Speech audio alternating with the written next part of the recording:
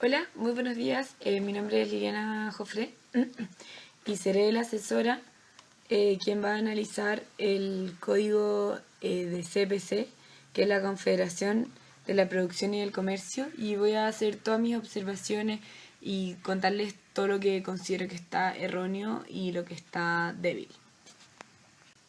Bueno, en primera instancia voy a hablar del código en general, del marco ético en general, y luego voy a hacer hincapié en los aspectos que considero más importantes. A grandes rasgos considero que el marco ético es súper vago, súper amplio, o sea, es súper corto de partida, y tiene un lenguaje muy, ¿cómo decirlo?, como poético, y no tiene nada concreto, no habla de los resguardos que se debería tener, ni de las multas o castigos que deberían tener. Es muy poco severo y habla cosas muy generales que en realidad son obvias. Es como cuando uno entra en una empresa y dices que no hay que robar, que hay que tratar bien a las personas. A eso me refiero, que en general es súper amplio y en realidad dice cosas muy obvias. Sí tiene aspectos buenos, pero no hace hincapié ni tiene una mayor profundidad al respecto.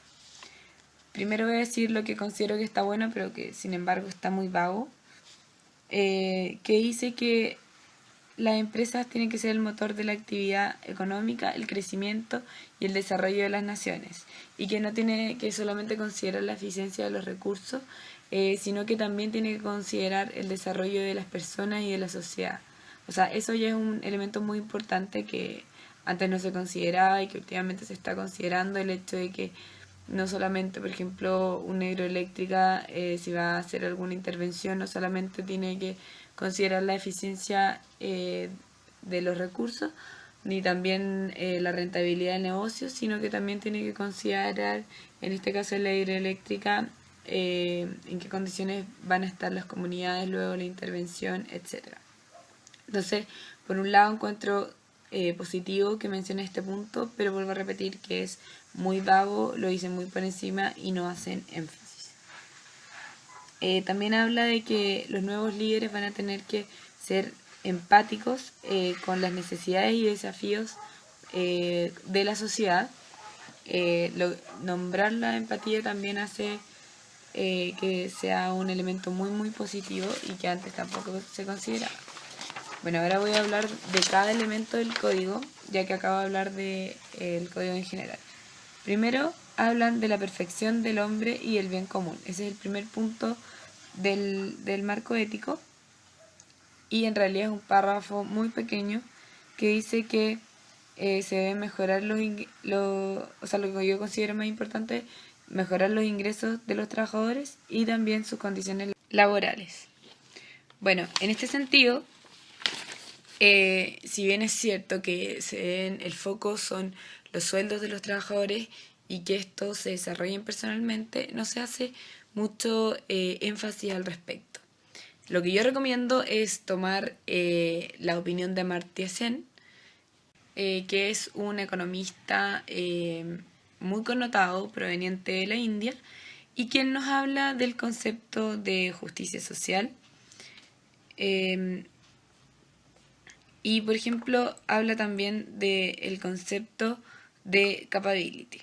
En primera instancia, él hace una crítica al sistema de libre mercado. Él dice que pueden haber muchas situaciones que son eficientes en términos de Pareto, pero sin que todas sean igualmente deseables o aceptables para la sociedad.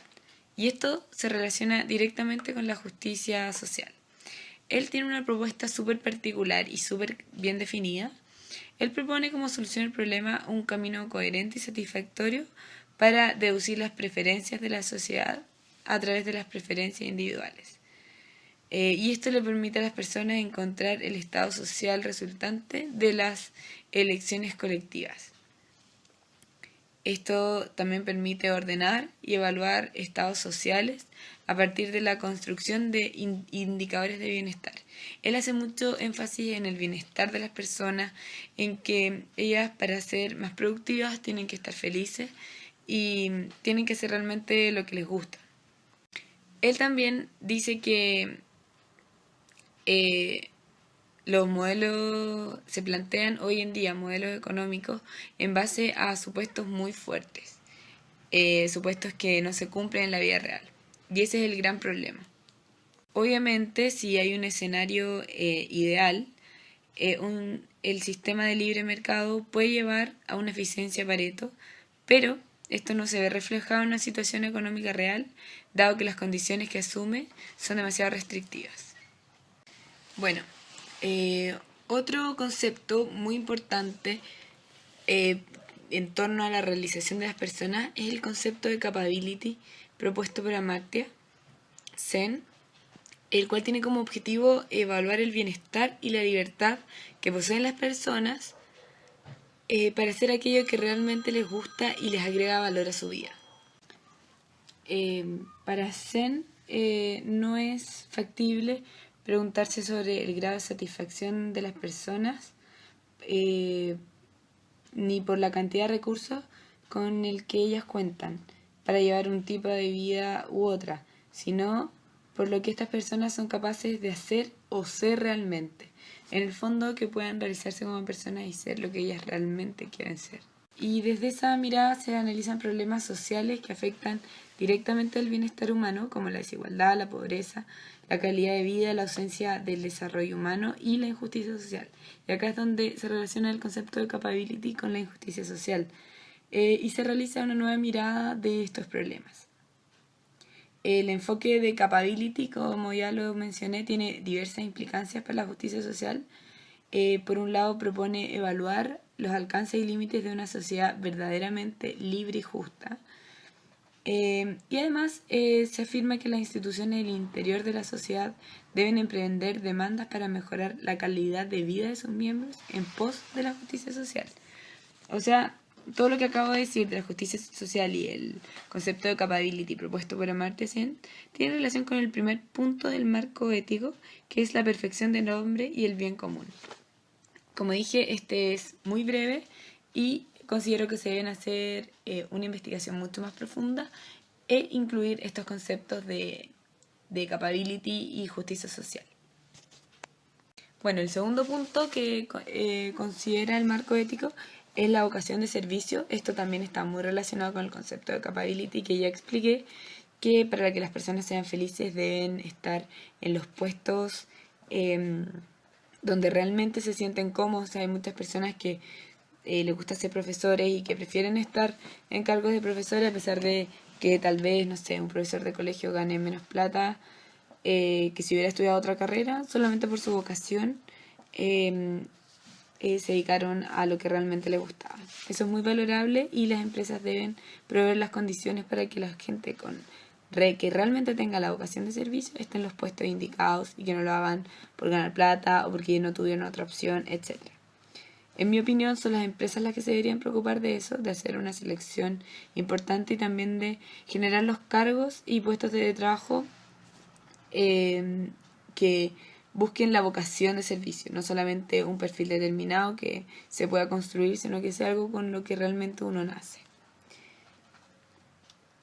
Otro punto que menciona el marco ético de la CPC es la economía social de mercado. Esto también se relaciona mucho con el concepto de justicia social. Entonces, como le dije, todos estos puntos están, si bien mencionados, están súper poco desarrollados. Y mi gran contribución a esto podría ser que se incluyera en el concepto de capability y de justicia social propuesto por Amartya Sen. Bueno, en el marco ético de CPC hay otra sección que habla sobre las buenas prácticas empresariales y mi crítica es que son cosas muy vagas y muy obvias que deberían ser la base de cualquier plan ético, que considero que ni siquiera se deberían mencionar, o si bien se deberían mencionar no debería haber una sección dedicada a eso y donde realmente tampoco se haga mucha profundidad. Habla sobre la honestidad, la justicia solidaria, la fortaleza, la humildad, etcétera, son valores, y debería hablar de otros valores como la transparencia ya que debido a eso hemos tenido muchos problemas en nuestro país por la corrupción de los políticos y también de los empresarios y la colusión incluso de personas de distintos partidos políticos que supuestamente eran rivales, después vemos que se coludían y afectaban a nuestra sociedad. Se debe hacer mucho hincapié en la transparencia, en la corrupción y en los castigos que ésta debe tener. Debe haber una penalización clara y definida y debe ser muy severa para que nadie haga eso, como en Estados Unidos, que cuando pillan a los empresarios en cosas de este estilo, los castigos son muy altos. En casos de colusión, las multas son muy superiores al beneficio generado, lo que no ocurre en Chile, como ya vimos en el caso de los pollos, donde la multa no fue ni siquiera la mitad del beneficio generado por la colusión, lo que no tiene sentido y al final resulta un buen negocio para los empresarios coludirse. Si no van a tener ninguna pena, ni siquiera pena de cárcel, porque no existe la pena de cárcel para la colusión en Chile, entonces no tienen mucho riesgo y no tienen mucho que perder. Entonces claramente eso da espacio y genera un incentivo para coludirse. En el marco ético hay otro elemento que habla sobre el cumplimiento de la legislación, pero simplemente dice que hay que cumplir la legislación, lo que también es algo obvio, pero no dice claramente cuáles son los castigos ni las penalizaciones que esto va a tener. En resumen, yo considero que son solamente sugerencias y que no habla de nada concreto en el fondo. Tampoco se habla sobre las penalizaciones en caso de generar algunos desastres ambientales. Por ejemplo, en Chile han habido muchos desastres que no han tenido mayores represalias para los empresarios, ni ningún castigo alguno. Por ejemplo, el caso que analizamos en la tarea 4, el derrame de petróleo en Bahía de Quinteros, o la marea roja y desechos de la salmonera. Otro caso que fue analizado fue el desborde de relave mineral y en general la colusión de las empresas, que ya hablé de eso, del caso de los pollos, de las cadenas de farmacias, etc. Y no vemos ningún castigo. Otro concepto muy importante que a mi juicio debe ser considerado por las empresas es la pobreza de los países.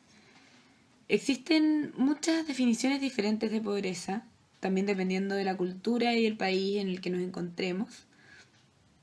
Y hay muchos expertos que tienen muy buenas recomendaciones que deben ser consideradas y deben ser tomadas en cuenta por las empresas para que ellas, a través de distintas iniciativas, puedan combatir ese gran problema, ya sea a través de iniciativas de donaciones, etc.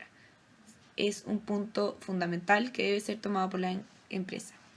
Nuevamente voy a tomar la opinión de Amartya Sen, ya que considero que es una persona que se interesa mucho por el bienestar de la sociedad en general y además es economista, entonces tiene los conocimientos para poder hacer una propuesta real y concreta.